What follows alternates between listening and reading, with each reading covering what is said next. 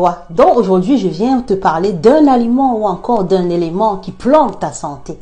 Oui, beaucoup de mes patients qui scrollent comme ça sur Internet tout le temps, qui ont fait plein de trucs, feed, machin, trucs sur Internet, qui font plein de choses par des personnes, voilà, par des amateurs. C'est très dangereux, je vous ai déjà dit. Mais bon, c'est pas le sujet. Mais je vais te parler de cet aliment-là que beaucoup de personnes vont voir sur Internet que c'est recommandé. Pourtant, c'est ça qui va détruire ta santé. Oui, c'est ça qui plombe, qui t'enfonce, qui t'envoie dans la dialyse, qui t'envoie, qui fait plein de complications, qui te met en AVC. Donc, sans plus tarder, je vais te parler des jus de fruits. Oui, parce que les gens ne sont pas conscients, mais même l'adage est protégé. Par exemple, en France, quand on parle de jus de fruits, par exemple, on peut voir écrit 100% naturel ou pas, donc le pourcentage en fruits. C'est un jus qui a été pressé mécaniquement. Donc, on a pris comme le jus d'orange, par exemple, on l'a coupé et puis on l'a appuyé, je ne sais pas, par un appareil ou par une personne, par une tierce personne. Donc, ça s'appelle un jus de fruits.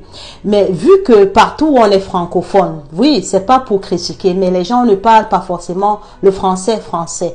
On peut dire jus de fruits, même pour plein d'appellations. On va se retrouver comme ça dans un bazar de boissons rafraîchissantes. On va se retrouver dans les nectars. On va se retrouver dans des boissons gazeuses.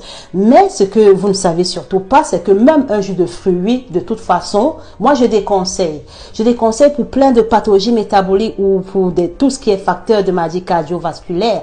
Donc si vous souffrez déjà des pathologies qui affectent votre circulation et vous êtes en surpoids, arrêtez les jus.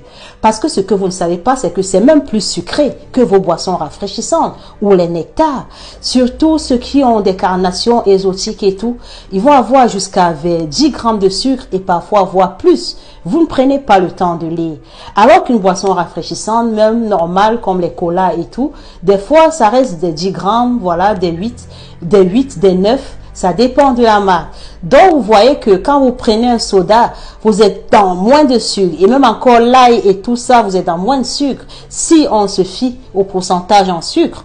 Et des fois, les gens prennent pour se purifier, pour se nettoyer, pour faire plein de choses. Enfin, ils pensent que le fait que ce soit un jus dans beaucoup de fruits, ça va faire plutôt du positif.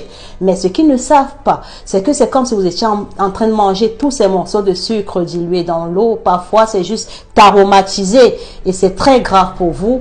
Arrêtez les jus, j'en peux plus des dégâts. Arrêtez ça.